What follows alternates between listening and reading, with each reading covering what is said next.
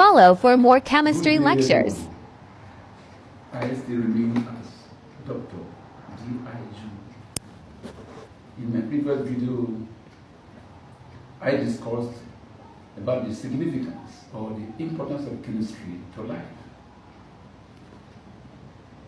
And you all saw how it went. On today's video, I want to dwell on some of the fundamentals of chemistry. In other words, in every subject area, there are some gray areas, very important areas, very salient, that you cannot avoid. But these things keep on repeating themselves as you move to the next level. So, I will list some of these fundamentals so that in my subsequent videos, I'll be discussing on them as I lecture on. One of these fundamentals in chemistry that students ought to know is how to calculate the atomic masses of elements. This is a very vital area which students find it very difficult even at university level, even today, as I speak to you. Another area is the meaning of a chemical equation. What is a chemical equation? What does it mean? How do we interpret a chemical equation? Because without interpretation, you cannot know how to solve problems based on chemical equations. Number 3 is how to balance a chemical equation. Because if you cannot balance a chemical equation, you have disobeyed the law of indestructibility of matter, or the law of conservation of matter, which says matter cannot be created nor destroyed. It can only be converted from one form to another. So if you cannot balance a chemical equation, it means you have either destroyed or you have created. Number 4 is calculations based on chemical equations. There are equations, there are problems that you must solve based on the chemical equation which you have put down. That was the reactants and the products must be correctly balanced.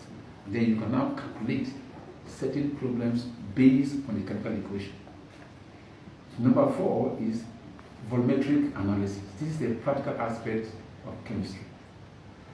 We also call it gravimetric analysis, or we probably call it titration, where you run an acid against a base and get an endpoint. It's calculation. Many students find it difficult to know this area because there are apparatus we are going to make use of.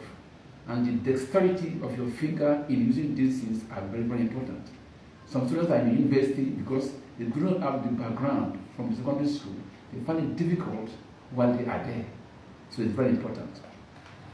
The number 6 is qualitative analysis. Because when a chemical equation is placed before you, what and what elements are reacting, what and what products are formed, is very, very important. And not only you know the formula of the products, then you are doing nothing. Many students find it difficult because you don't know the substances that are reacting. Again, the products that are formed, you don't know the correct formulas. And because you don't know the correct formulas, it's difficult to balance those equations. And in practical aspect of it, you do what we call flame test, because metals have their various colors when they are subjected to flame test. Now, number 7, we will talk about how to calculate our generation number of elements in chemical formulas. Now, for example, now we call a substance Na2SO4. It is called disodium tetraoxosulfate 6. That sulfate 6 is the Roman figure. It is calculated to get that 6 by the IUPAC nomenclature. So that 6 is not just calling 6.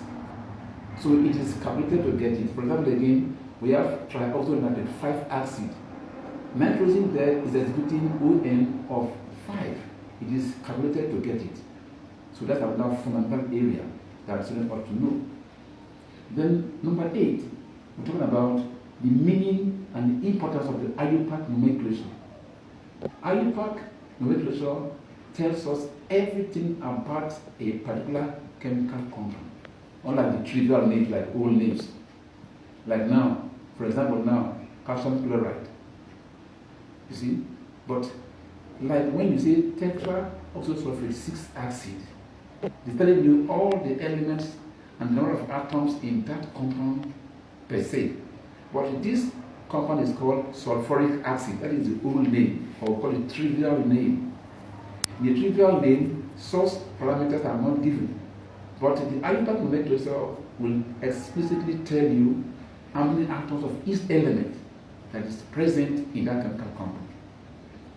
Then we also talk about how to write a chemical equation. Very vital. If, as I tell you, so many students in the university level cannot write a chemical equation. Sometimes a problem is given in words. It is your ability to interpret, to translate these words into chemical equation for you to know how to tackle the question. If a student cannot do that, then you find it difficult to solve that problem. Thank you very much. So, comment, like, share this video, and also follow my account on further lectures on chemistry. Thank you.